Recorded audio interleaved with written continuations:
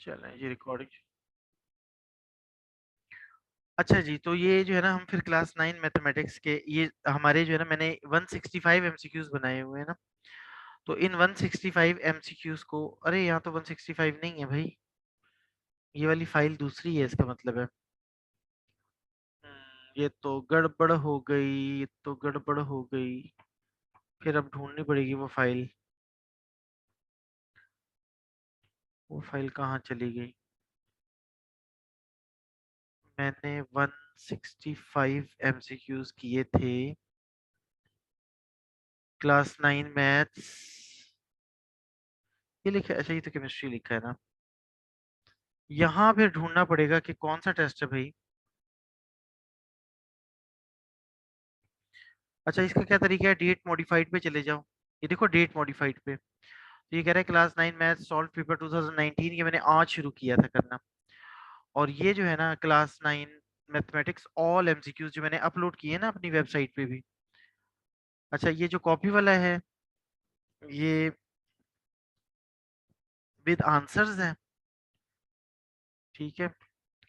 और जो ये बगैर कॉपी वाला है जो नॉर्मल अब है, इसके जो है ना हम आंसर्स मिटा देते हैं, इसके आंसर्स हम हटा देते हैं सो दैट के हम करें। ओ अरे ये तो सभी कुछ मिटा दिया भैया, सब कुछ नहीं मिटाना, हाइलाइटर मिटाना, ठीक है जी। अच्छा ये एमसीक्यूज हैं जो कि मैंने सारे के सारे पास्ट पेपर के एमसीक्यूज प्लस कुछ थोड़े से एमसीक्यूज मैंने खुद भी बनाए हैं। ये 165 एमसीक्यूज हैं, और खुद थोड़े से और भी खैर बन सकते हैं कोई 10 15 20, लेकिन आई थिंक ये सफिशिएंट है। इसमें से आपके अगर 15 में से जो है ना आपके 13 या 14 भी आ जाते हैं तो चले, कोई एक नहीं हो सकता तो कई लग जाए, कोई अगर कोई स्ट्रेंज आया तो। स्ट्रेंज वैसे भी जो जब आता है ना तो वो ऐसा बना के देते हैं तो बहुत कम ही जो है ना किसी ने बनाया होता है। अच्छा जी, पहला एमसीक्यू है, a square matrix is called singular if its determinant is. ये तो लिखा हुआ है कि जो जब हम सॉल्व करते हैं तो अगर वो जीरो नहीं आता तो हम खुश होते हैं कि जी जीरो नहीं है, नॉट इक्वल टू जीरो, तो हम कहते हैं नॉन सिंगुलर। तो ये कहता है singular matrix, square matrix is called singular if its determinant is. ये याद कर लें, अगर किसी भी मैट्रिक्स का डिटर्मिनेंट जीरो होता है तो वो सिंगुलर मैट्रिक्स होती है, और जीरो नहीं होता तो नॉन सिंगुलर मैट्रिक्स होती है। ठीक है जी, अगला है ये डिटर्मिनेंट इसका मालूम करना है कि 2 6 3 x ये जीरो के इक्वल है, इसको सॉल्व करना है। तो 2 6 3 x अगर हम इसको सॉल्व करें तो बहुत आसान है, डिटर्मिनेंट खोलना आप सबको आता है। 2 6 3 x is equal to zero. जब इसको हम खोलेंगे, इसको ओपन करेंगे, तो 2 और x को आपस में मल्टीप्लाई करेंगे, बीच में माइनस लगाएंगे फॉर्मूले का, और 6 और 3 को जो है ना मल्टीप्लाई करेंगे। 2 और x को इन दोनों को मल्टीप्लाई करेंगे पहले, फिर बीच में माइनस, फिर ये 6 और 3 को मल्टीप्लाई करेंगे। इससे कोई फर्क नहीं पड़ता कि 3 को पहले लिखें या 6 को पहले लिखें। अच्छा फिर ये क्या हो जाएगा, ये आ जाएगा 2x, और 6 3 से क्या हो गया 18 इज इक्वल टू जीरो। अब अगर ये -18 को वहां ले जाएं तो ये +18 हो जाएगा, और 2 को जो है ना नीचे लिख लें। क्यों, 2 यहाँ मल्टीप्लाई और इधर डिवाइड में आ जाएगा, 2 1 2 2 9 18। तो जो x की वैल्यू है वो 9 आ रही है। ठीक है जी, x की वैल्यू ये कई दफा आप कम से कम 4 दफा ये आ चुका है पास्ट पेपर्स में, लेकिन मैंने इसे एक दफा किया। अच्छा अगर आप में से किसी को कुछ समझ ना आए तो मुझसे पूछ लेना, मैसेज में पूछ लेना या बोल के पूछ लेना, बोलते तो खैर आप लोग हैं नहीं। अच्छा, if A is square matrix, अगर ए स्क्वायर मैट्रिक्स है देन ए ट्रांसपोज, अगर मैं ए ट्रांसपोज मालूम करूं और ए ट्रांसपोज का आंसर बिल्कुल वही आ जाए, ए के इक्वल आ जाए, यानी यू कैन से कि अगर किसी मैट्रिक्स का ट्रांसपोज लेने से उसको कोई फर्क ना पड़े, वो मैट्रिक्स वही रहे जो वो पहले थी, ट्रांसपोज लिया फिर भी वही रही, तो इसका मतलब है कि वो सिमेट्रिक मैट्रिक्स होगी। और अगर ट्रांसपोज लेने पे माइनस ए आता, माइनस का निशान आ जाता, ट्रांसपोज जो स्क्यू सिमेट्रिक है उसमें माइनस का निशान कॉमन लेते हैं ना, माइनस कॉमन लेते हैं।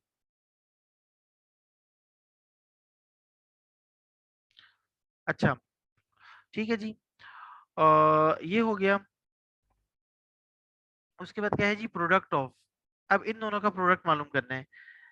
ये क्या है, ये रो है और ये कॉलम है, तो फर्स्ट रो फर्स्ट कॉलम एक ही है ना, बस रो इनटू कॉलम करते हैं। तो ये x को मल्टीप्लाई करेंगे 2 से तो ये हो जाएगा 2x, y को मल्टीप्लाई करेंगे 1 से -1 से तो -y, 2x - y। ये आंसर है हमारा 2x - y। मल्टीप्लाई करने पे। ठीक है जी। अच्छा, a square matrix is skew symmetric. अच्छा यहाँ पे पता है क्या है, मैंने इनको जो है ना, जो डबलिंग है, जो दो दो तीन तीन चार चार दफा एमसीक्यूज आए हुए थे, उस डबलिंग को खत्म करने के लिए मैंने पास्ट पेपर के एमसीक्यूज को, जो चैप्टर 1 के एमसीक्यूज थे, उनको मैंने एक जगह लिखा, एक पेज के ऊपर लिखा, ताकि उसमें से वो फिर जब करीब करीब होते हैं पता चल जाता है ये डबल है। तो डबलिंग मैंने खत्म की है कि जो एक से ज्यादा दफा थे उनको हटाया, इसीलिए आपको जो है ना ये सारे जो मिल रहे हैं पहले, ये पहला जो पेज है इस पे जो ये तकरीबन यहाँ तक, एमसीक्यू नंबर 10 तक, ये आपके जो है ना चैप्टर 1 के एमसीक्यूज हैं। इस तरह हमारे वो भी हो जाएगा कि कौन कौन से चैप्टर के हमने कर लिए हैं। अच्छा, तो ये हो गया जी 2x-y। अच्छा, अभी ये मैं बताया था कि जी अगर स्क्वायर मैट्रिक्स,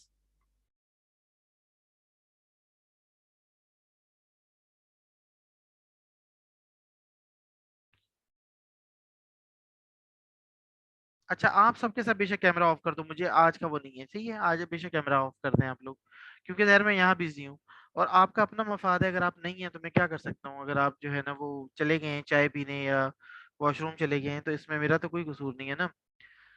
मैं तो, आपने कहा रिवाइज करवा दें, मैं रिवाइज करवा रहा हूँ, सोल्यूशन आपको भेज चुका हूँ already. A square matrix is skew symmetric. Skew symmetric matrix कब होती है, जब हम ट्रांसपोज लेते हैं और आंसर माइनस में आता है, -a, ए का ट्रांसपोज लें और आंसर माइनस आ जाए। ठीक है, अगर ए का ट्रांसपोज लें ए आ जाए तो ये स्क्यू, ये तो सिमेट्रिक होती है। और ए का दो दफा ट्रांसपोज लें तो दो दफा ट्रांसपोज लेने पे ए आता है, ये तो बात ही गलत है, ये तो है ही गलत। ए का दो दफा ट्रांसपोज लें तो ए आ जाता है, ए टी थोड़ी आता है। और ए का दो दो दफा ट्रांसपोज लेने से माइनस ई टी भी नहीं आता, ये दोनों बातें हैं ही गलत सिरे से। तो ये ए का ट्रांसपोज लेने से माइनस ए आ जाए, इसे जो है ना कहते हैं स्क्यू सिमेट्रिक। अच्छा, यहाँ पे ऑर्डर ऑफ ट्रांसपोज मालूम करना है। 2/3। ट्रांसपोज, सही है।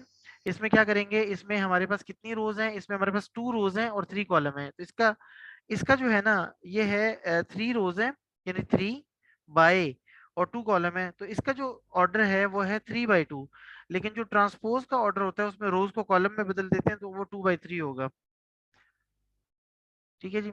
फिर ये जो है √2 ये स्केलर मैट्रिक्स है, जब ये दोनों डायगोनल एलिमेंट जो सेम होते हैं, अगर ये 1 1 होते तो ये यूनिट मैट्रिक्स होती है, अगर ये इन √2 की जगह 1 1 लिखा होता, √2 की इधर, लेकिन √2 लिखा है, कुछ भी लिखा हो 1 के अलावा, कुछ भी लिखा हो एक जैसा, तो फिर हम उसे कहेंगे कि ये स्केलर मैट्रिक्स है।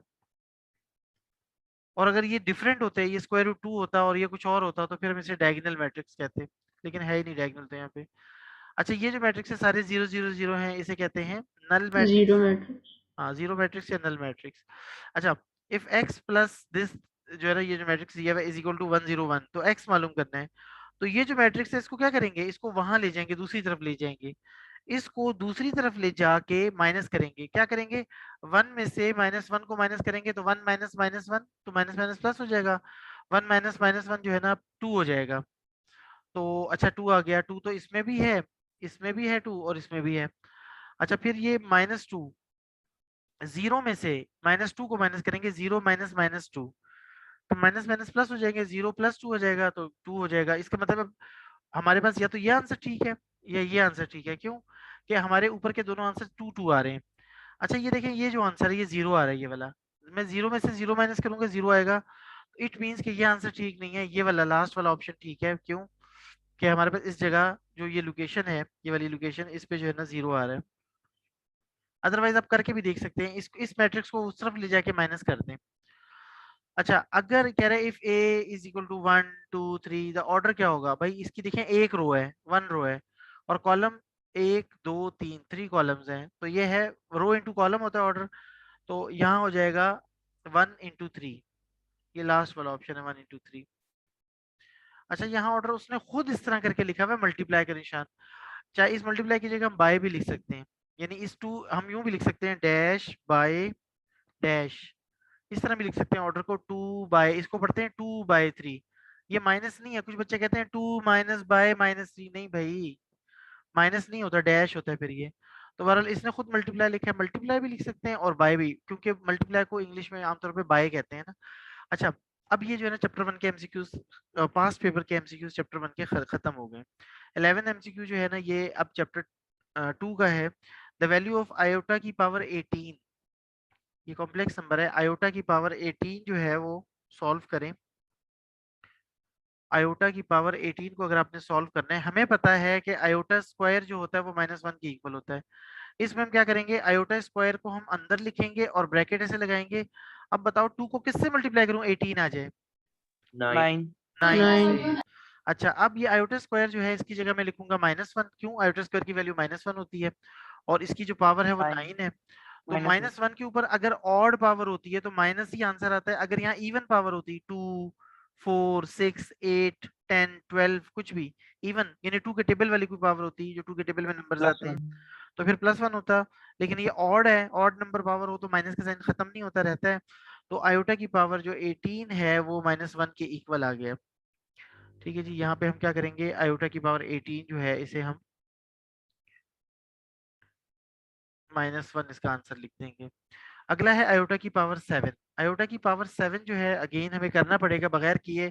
प्लीज वहां पे डायरेक्ट एग्जाम में ये वाला काम डायरेक्ट ना करना। अगर आपको आता भी हो ना फिर एक दफा तसल्ली कर लेना।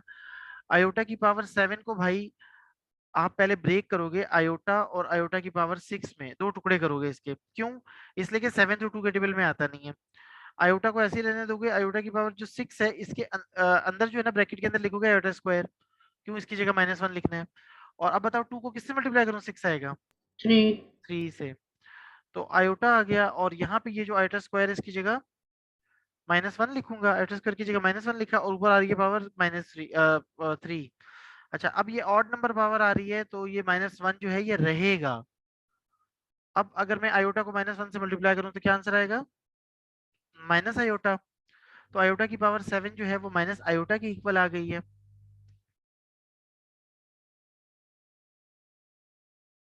ये आंसर है जी, आपका फर्स्ट आंसर है माइनस आयोटा।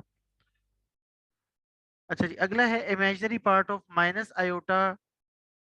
माइनस आयोटा है ब्रैकेट के बाहर और 3 आयोटा +2। इमेजिनरी पार्ट कह रहा है तो चलें इसको भी करके देख लेते हैं। माइनस आयोटा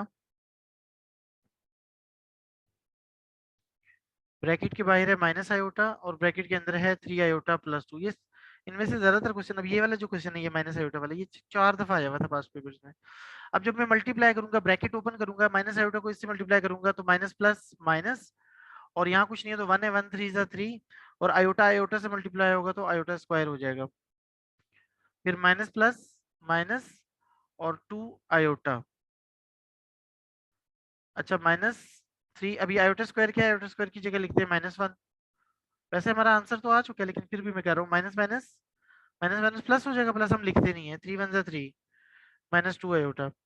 तो बेटा ये जो 3 है ये इसका रियल पार्ट है और ये जो -2 है आयोटा के साथ जो लिखा होता है, आयोटा के साथ जो लिखा होता है वो आपका इमेजिनरी पार्ट होता है। तो इस वक्त इसका जो है ना इमेजिनरी पार्ट क्या है, -2 है। -2 इमेजिनरी पार्ट है। आप अगर चाहते तो वैसे इसका जबानी भी हो सकता है कि जी आप ये जो आयोटा है, ये आयोटा जब आयोटा से मल्टीप्लाई होगा तो ये आयोटा स्क्वायर हो जाएगा, ये तो रियल पार्ट हो जाएगा। और आयोटा जब 2 से मल्टीप्लाई होगा, ये माइनस आयोटा 2 से मल्टीप्लाई होगा तो आ जाएगा -2 आयोटा। तो आयोटा के साथ वाला जो है वो इमेजिनरी पार्ट होता है। तो आप डायरेक्ट भी कह सकते थे -2, लेकिन मैंने आपको करके दिखाया। अच्छा, real part of 2ab into iota plus iota square. अब रियल पार्ट कह रहा है, रियल पार्ट आयोटा स्क्वायर की जगह क्या आएगा, -1। तो जब ये 2ab -1 से मल्टीप्लाई होगा तो क्या हो जाएगा, -2ab। तो -2ab जो है ना हमारा रियल पार्ट होगा। क्यों? कि ये -2ab के साथ आयोटा नहीं है। जब हम इसको सॉल्व करते हैं जिसके साथ आयोटा होता है वो इमेजिनरी पार्ट होता है और जिसके साथ आयोटा नहीं होता वो रियल पार्ट होता है। अच्छा, every real number is a complex number. ये भी 3 4 दफा आ चुका है ये एमसीक्यू भी। Every real number is a complex number. क्यों? किसी भी नंबर के साथ हम जो है ना +0 आयोटा लिख सकते हैं, किसी भी नंबर के साथ आप +0 आयोटा लिख सकते हैं। तो +0 आयोटा लिखने से वो नंबर कॉम्प्लेक्स नंबर बन जाएगा ना, कि कॉम्प्लेक्स नंबर के दो पार्ट होते हैं, एक रियल पार्ट होता है और एक इमेजिनरी पार्ट। तो आगे है a non terminating non recurring decimal represent. इसका तो रट्टा लगा लें, बेशक यही है। नॉन टर्मिनेटिंग का मतलब है कि वो रुकता नहीं है पॉइंट के बाद। जब आप डिवाइड करेंगे ना, जैसे आता है Yes. 0.6666666 वो चलता जाता है, वो रुकता नहीं है। नॉन टर्मिनेटिंग का मतलब है रुकेगा नहीं। नॉन रिकरिंग का मतलब है कि जैसे मैं कह रहा हूँ ना 0.66666 रिपीट नहीं करेगा। नॉन रिकरिंग का मतलब है एक चीज बार बार नहीं आएगी, एक चीज बार बार नहीं आएगी। या बाजू का पैटर्न रिपीट हो रहे होते हैं, जैसे आप डिवाइड करते हैं ना तो आता है 0.23 0 पॉइंट, सपोज पॉइंट के बाद आता है 236 236 236, वो रिपीट होता है, रिकरिंग, बार बार वही चीज आ रही होती है। तो वो नंबर जो कि नॉन टर्मिनेटिंग भी होते हैं और नॉन रिकरिंग भी होते हैं, वो इर्रेशनल नंबर्स होते हैं। ये जहन में रख लें, इर्रेशनल नंबर जिन्हें हम अपॉन में भी नहीं लिख सकते। कहते हैं ना इरेशनल नंबर वो होते हैं जिन्हें हम पी अपॉन क्यू की शक्ल में नहीं लिख सकते। अच्छा यहाँ पे 4 की पावर 2/3 है। भाई जो ऊपर वाली पावर है वो 4 के ऊपर लिखेंगे, और ये जो नीचे वाली पावर है ये असल में 1/3 इसको अलग करके ना, जो नीचे वाली पावर है ये क्यूब रूट बनाएगी। तो ये इसका आएगा 4 की पावर 2 का क्यूब रूट।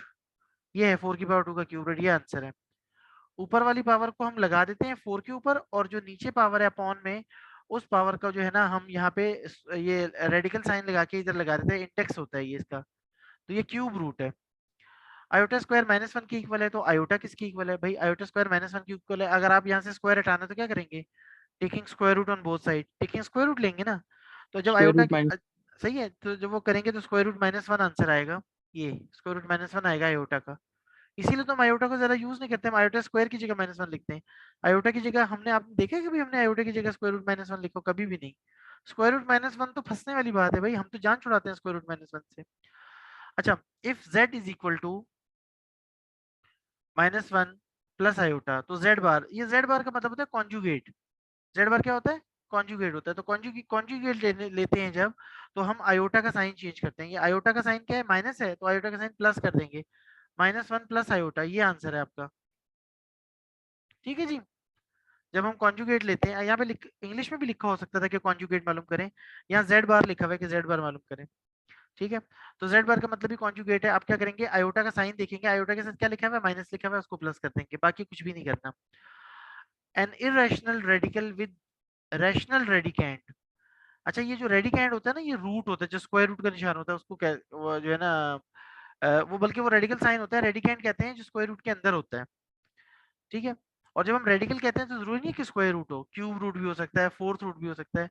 तो वो कह रहा है एन इरेशनल रेडिकल, अगर आपका जो रेडिकल है वो इरेशनल है विद रैशनल रेडिकेंड, आपका जो रेडिकेंड है वो जो उसके अंदर लिखा हुआ है वो रैशनल है, तो इसे क्या कहते हैं? ये आप याद कर लें, याद करने वाला क्वेश्चन है, बेहतर है कि इसको याद कर लें। सर्ट कहते हैं इसे, an irrational radical with rational radicand. अच्छा यहाँ पे इसमें अब ये देखें, ये जो 35 है, ये 35 आपका रेडिकेंड है। देखा ना, in this the radicand is, radicand क्या है? 35 है। और ये आपका जो है ना, ये 3 जो है ना, ये आपका रेडिकल है ना, इरेशनल रेडिकल। और ये तो खैर इरेशनल नहीं है, वैसे मैं कह रहा हूँ कि ये जो 3 लिखा है इसको इंडेक्स भी कहते हैं, रेडिकल भी कहते हैं। और ये अंदर जो 35 लिखा है ये आपका रेडिकेंड है। और ये जो साइन है ये वाला, इसको कहते हैं रेडिकल साइन।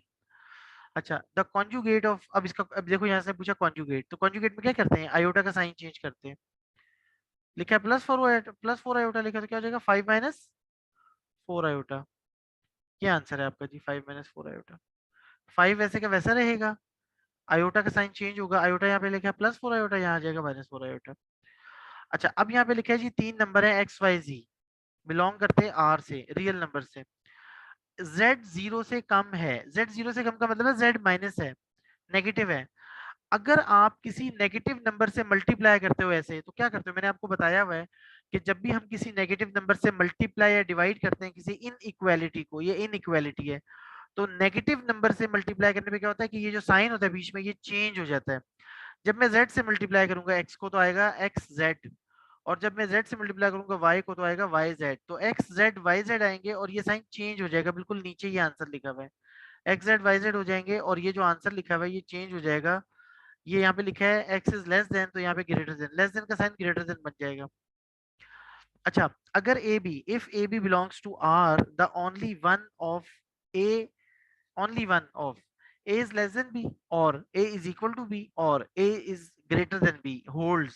यार जाहिर बात है, अगर a और b दो नंबर्स हैं तो क्या हो सकता है, क्या क्या पॉसिबिलिटीज है? या a b से बड़ा होगा, या a b से छोटा होगा, या a b के इक्वल होगा। इन तीन के अलावा कोई और बात हो सकती है?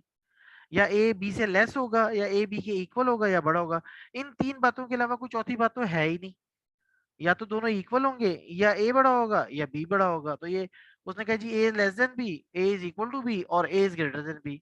ये तीन ही पॉसिबिलिटीज हैं, इसे कहते हैं ट्राइकोटॉमी प्रॉपर्टी। ठीक है जी, याद कर लेंगे, ये भी बहुत दफा आ चुका है, ट्राइकोटॉमी प्रॉपर्टी है। अच्छा, अब कहते हैं for any ABC belongs to R, अगर ए बी से बड़ा है, if A is greater than B और B is greater than C, ठीक है।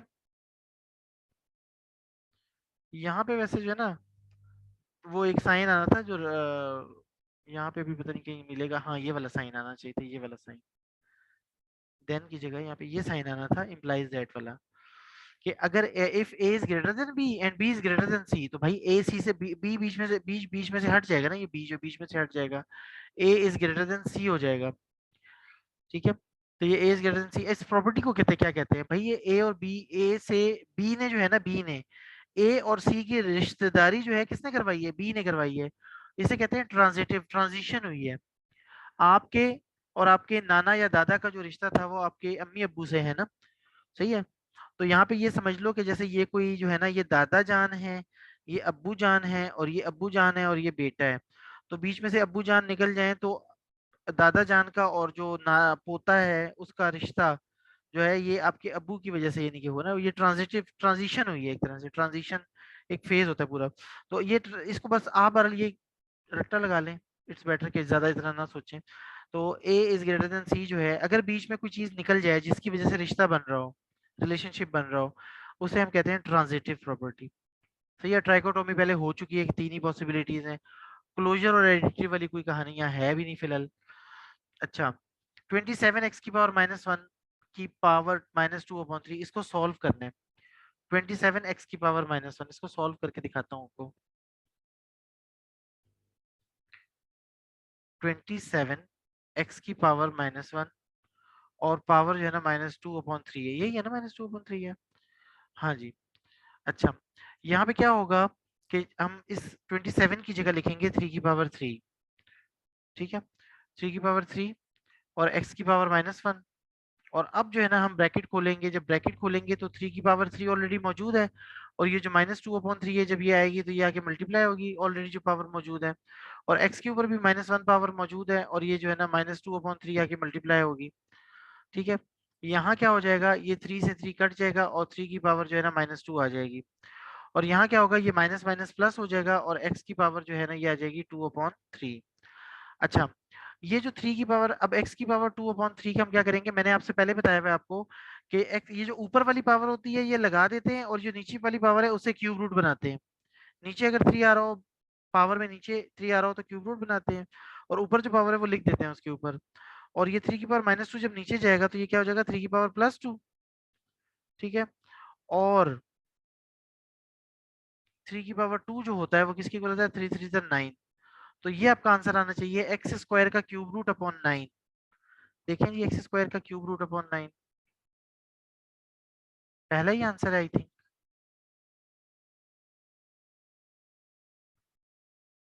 ठीक है, अच्छा, अब लो ये चैप्टर खत्म हो गया जी, दूसरा यहाँ दूसरा चैप्टर यहाँ 26 पे खत्म हो गया, अब तीसरा चैप्टर आ रहा है, the logarithm of any number to itself as a base, itself as a base.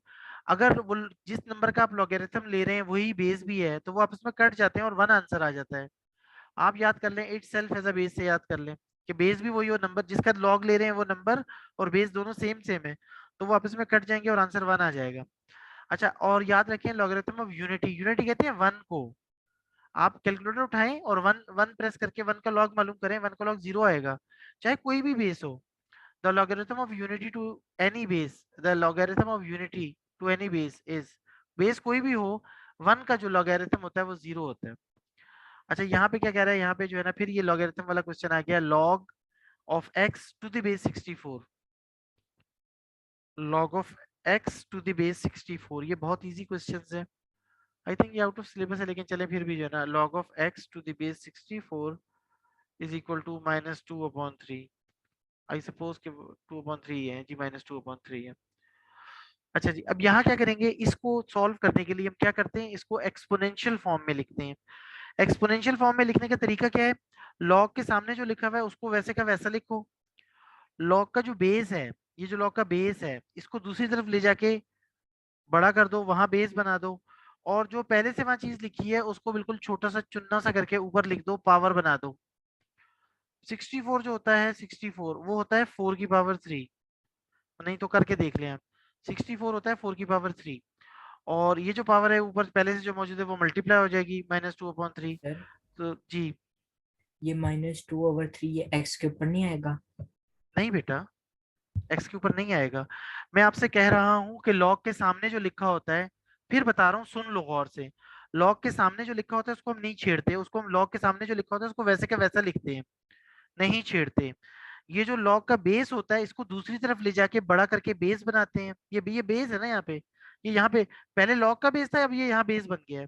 और जो चीज अकेली लिखी होती है लॉग, लॉग के ऑपोजिट जो एक सिंगल जो कुछ लिखा होता है, एक जो जो भी सब्सटेंस, जो भी अमाउंट, सॉरी सब्सटेंस कह रहा हूँ, जो भी जो है ना अमाउंट लिखी होती है, जो भी नंबर लिखा होता है, उसको हम ऊपर ले जाके पावर बना देते हैं।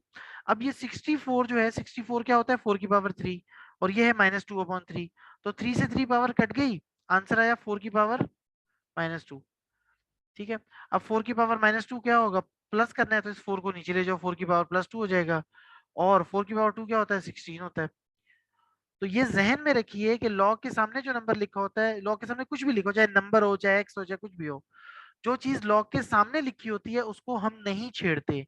लॉग का जो बेस होता है, बेस, उसको दूसरी तरफ लेके जाते हैं, और वहां जाके उसको दूसरी तरफ बेस बना के बड़ा करके लिखते हैं। और जो चीज पहले से वहां मौजूद होती है उसको हम बकौल मेरे के छत पे लिखते हैं, जाके पावर बना के छोटा करके लिखते हैं। ये जो छोटी चीज थी, ये बेस था, ये छोटा था, ये वहां जाके बड़ा हो गया, और जो पहले से वहां चीज बड़ी मौजूद थी, जो बड़ा नंबर मौजूद था, उसको छोटा करके पावर बना के लिख दिया। और फिर इसकी जगह हम कुछ ऐसी कुछ लिखते हैं कि ये जो 3 पावर है ये कट जाए। तो 64 क्या है, 64 है 4 की पावर 3। 64 की जगह 4 की पावर 3 लिखा, 3 से 3 काट दिया, 4 की पावर -2।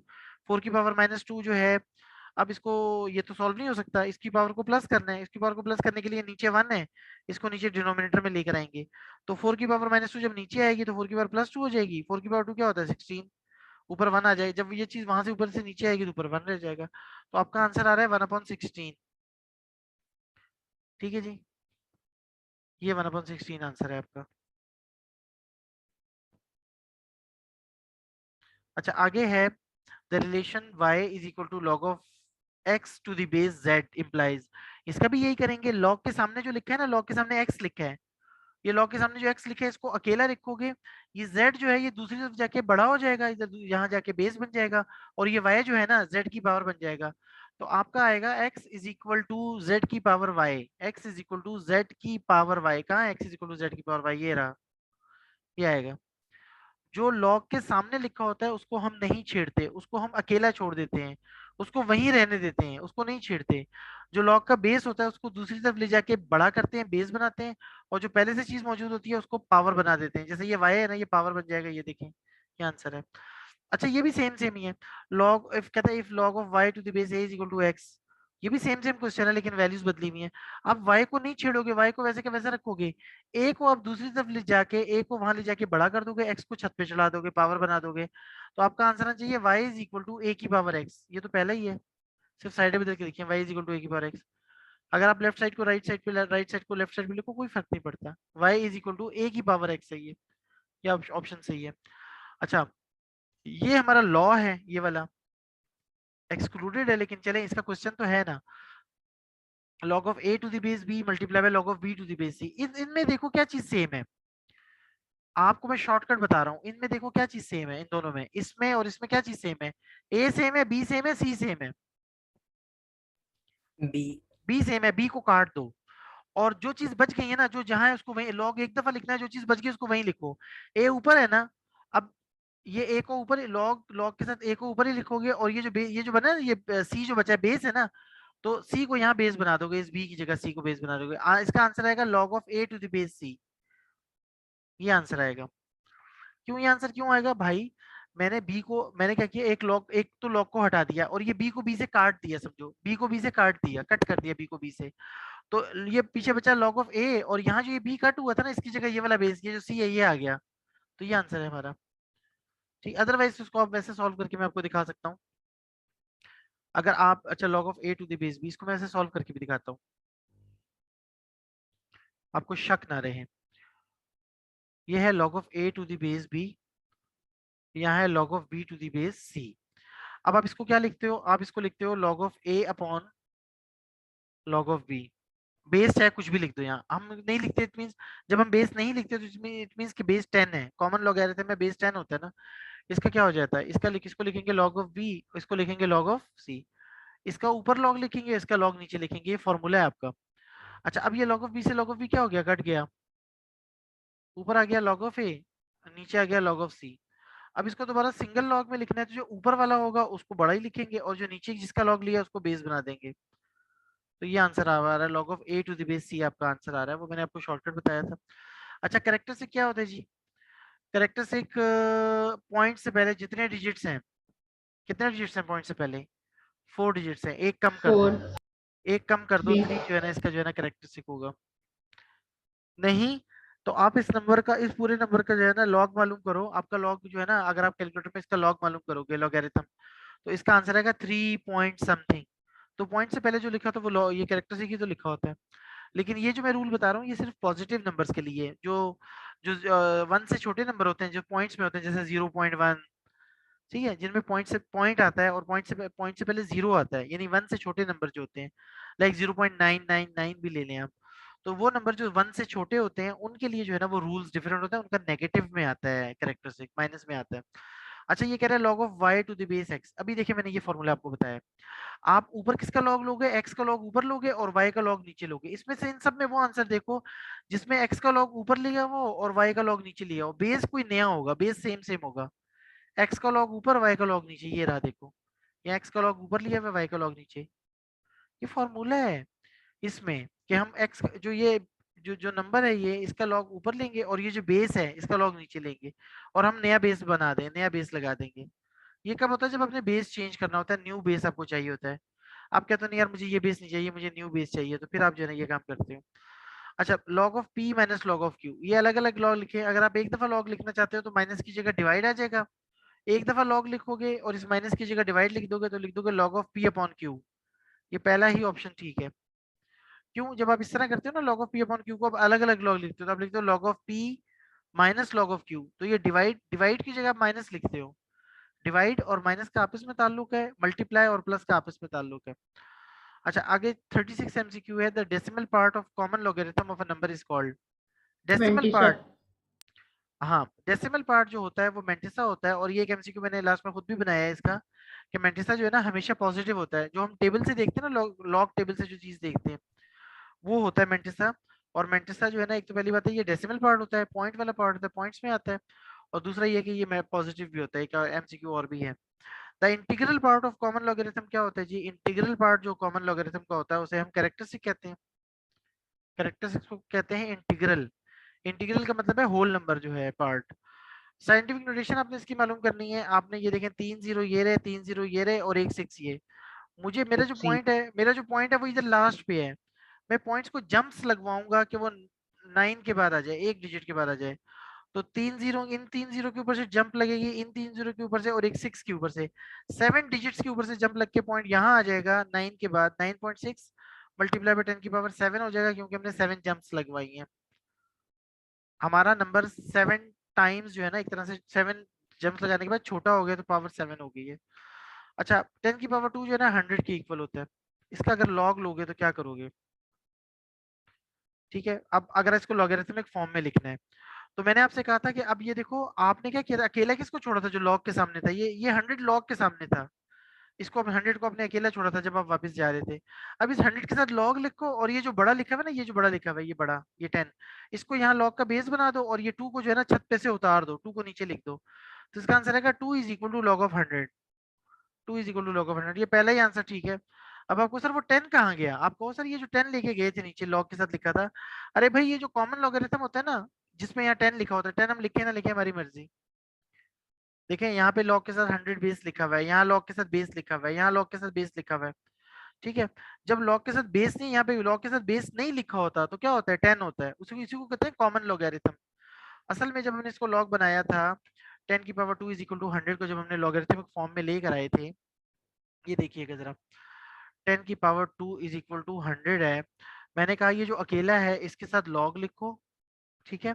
और ये जो 10 है ना, ये जो 10, इस 10 को यहाँ दोबारा ले आओ अपनी जो है ना जगह पे, और ये 2 जो है ना, जो इस 2 को अकेला यहाँ पे बड़ा करके लिख दो, ये चीज आ गई। अच्छा, ये जो लॉग के साथ 10 लिखा हुआ है, ये अगर मैं ये 10 लिखूं ना लिखूं मेरी मर्जी है, आई मीन यू मैं यूं भी लिख सकता हूँ, लॉग ऑफ 100 लिख सकता हूँ।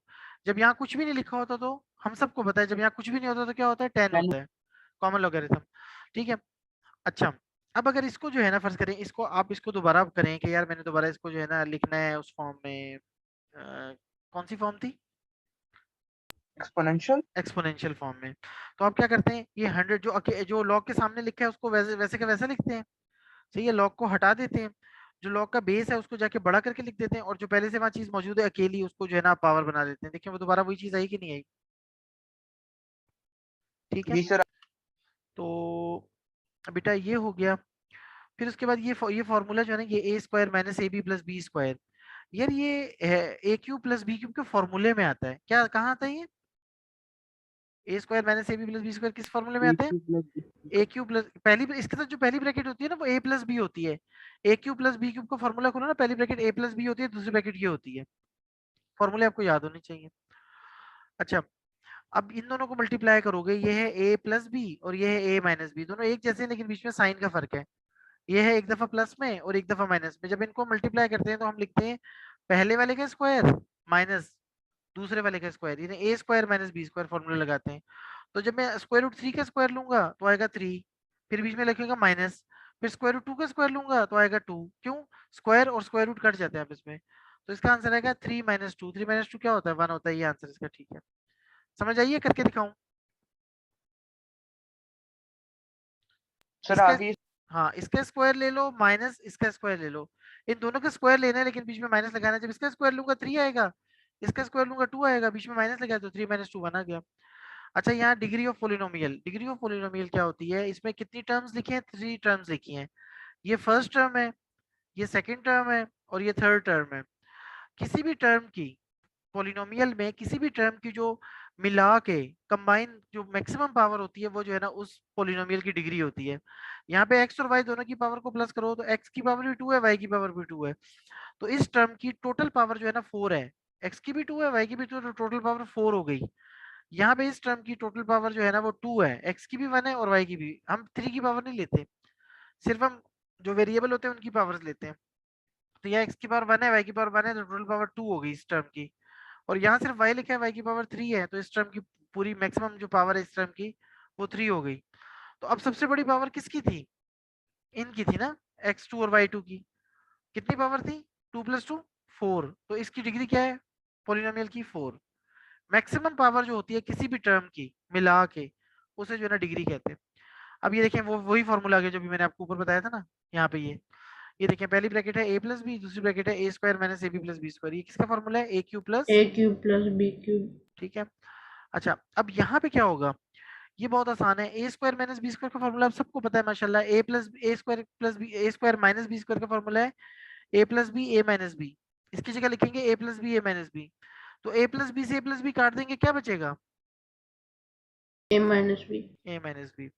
अच्छा, ये जो है ना ये क्या है, ये अलजेब्रिक एक्सप्रेशन है। क्यों, अलजेब्रिक एक्सप्रेशन में कोई और साइन नहीं होता, बस प्लस माइनस होते हैं। अगर इसके अंदर इक्वल या लेस देन या ग्रेटर देन का साइन होता है, इक्वल टू का, इक्वल का या लेस देन ग्रेटर देन का साइन होता है, फिर ये सेंटेंस होता। ठीक है। अच्छा, सेंटेंस की फिर आगे से जो है ना किस में है, अगर इसके अंदर इक्वल का साइन होता तो हम इसे इक्वेशन कहते हैं, अगर यहाँ इक्वल का साइन होता है इक्वेशन होती। और अगर यहाँ लेस देन या ग्रेटर देन का साइन होता तो फिर इन इक्वेशन होती। इन इक्वेशन का मतलब इन इक्वालिटी असल में जो है ना इन इक्वेशन कह रहे हैं। ये भी वही सेम फार्मूला, एक दफा प्लस में एक दफा माइनस में, एक दफा प्लस में लिखा है एक दफा माइनस में लिखा है। पहले वाले का स्क्वायर लो, 3 का स्क्वायर लोगे क्या आएगा 9, 3 का स्क्वायर लोगे आएगा 9, फिर माइनस, फिर स्क्वायर रूट 5 का स्क्वायर लोगे, स्क्वायर और स्क्वायर रूट कट जाएंगे, 5 आंसर आएगा। 9 में से 5 निकाला, 4 आंसर है।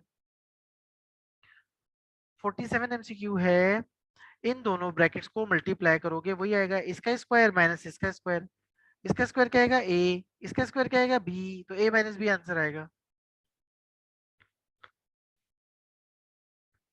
इस पे आपने फार्मूला लगाना है a plus B A minus B का, a plus B A minus B होता है a square minus B square, तो इसका स्क्वायर माइनस इसका स्क्वायर, तो जब दोनों का स्क्वायर लेंगे a माइनस बी आ जाएगा। यहाँ पे भी वही फॉर्मूला है, देखो कितने बार बार आ रहे हैं वही वाले क्वेश्चन। अब यहाँ पे क्या करोगे, 3 का स्क्वायर लोगे, 3 का स्क्वायर क्या आएगा 9, और स्क्वायर रूट 2 का स्क्वायर लोगे, स्क्वायर रूट 2 का स्क्वायर क्या आएगा, स्क्वायर और रूट कट जाएंगे, 2 आंसर आ जाएगा। तो 3 का स्क्वायर था 9, 9 में से 2 निकाला, 7 आपका जो है ना करेक्ट ऑप्शन है।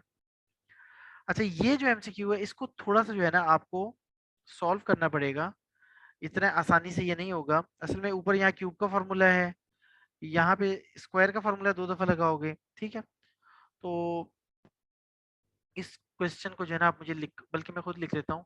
ऊपर क्यूब है, नीचे 4 पावर है। ऊपर लिखा हुआ है ए क्यूब माइनस बी क्यूब, नीचे 4 पावर है। यहाँ डिवाइड का साइन है, यहाँ A square plus A B plus B square plus A B है माइनस ए बी है। हाँ प्लस ए बी आएगा ना, क्योंकि इसके क्यूब वाले में सेकंड जो है ना वो प्लस ए बी आता है। और यहाँ आ गया A square plus B square. अच्छा ऊपर इसका फॉर्मूला खोलेंगे, A minus B multiply by A square plus A B plus B square. और इसका फॉर्मूला खोलेंगे, इसका जो है ना इसे लिखेंगे, ऐसे लिखेंगे, ए फोर को लिखेंगे ए स्क्वायर का स्क्वायर, और बी फोर को लिखेंगे बी स्क्वायर का स्क्वायर। ऐसे ये 4 पावर को 2 2 करके लिखेंगे। तो ये आएगा एक दफा ए स्क्वायर प्लस बी स्क्वायर, और फिर ए स्क्वायर माइनस बी स्क्वायर। ये जो डिवाइड का साइन है, इस डिवाइड के साइन को जब मैं मल्टीप्लाई करूंगा तो इनको रेसिप्रोकल ले लूंगा, A square plus B square ऊपर लिख दूंगा, और जो ऊपर लिखा हुआ है A square plus A B plus B square इसे नीचे लिख दूंगा। इस ब्रैकेट से ये ब्रैकेट कट गई, इससे जनाब जो है ना ये मकसद, ये A square plus A B plus B square आपस में कट गए, A square plus B square ये आपस में कट गए। पीछे बचा जनाब ए माइनस बी ऊपर बचा, और नीचे बचा ए स्क्वायर माइनस बी स्क्वायर। तो यार अब अगले स्टेप में जो है ना आप ए स्क्वायर माइनस बी स्क्वायर के बना दो ना दो टुकड़े, एक होता है ए प्लस बी और एक होता है ए minus B. A minus B से ए माइनस बी कट गया, तो आंसर क्या है, 1/। ए प्लस बी। ठीक है जी, समझ तो नहीं आई किसी को? आ गई है सर। अच्छा चलिए, अच्छी बात है अगर आगे। मैं तो जो है ना समझ रहा था कि शायद कोई बंदा जो है ना वो परेशान हो। अच्छा जी, 50th एमसीक्यू आ गया जी, ए क्यूब माइनस बी क्यूब और नीचे है ए माइनस बी। यार ये A cube minus B cube को फॉर्मूला खोलोगे ना तो पहली ब्रैकेट आएगी ए माइनस बी, तो ए माइनस बी से ए माइनस बी कट जाएगा। अब ऊपर जो ए क्यूब माइनस बी क्यूब के फॉर्मूले में सेकंड ब्रैकेट है वो आती है प्लस वाली, A cube A square plus A B plus B square, ये बच जाएगा। जब A cube minus B cube का फॉर्मूला लिखोगे, लिखोगे A minus B multiply by this thing, तो ए माइनस बी ऊपर नीचे कट जाएगा और ये बच जाएगा। ठीक है जी। तो अच्छा अभी ये 50 एमसीक्यूज हमने कर लिए हैं, ठीक है। अब हम जो है ना वो लेते हैं 5 मिनट की ब्रेक, और फिर हम जो है ना दोबारा आते हैं पानी वानी पी के, ठीक है।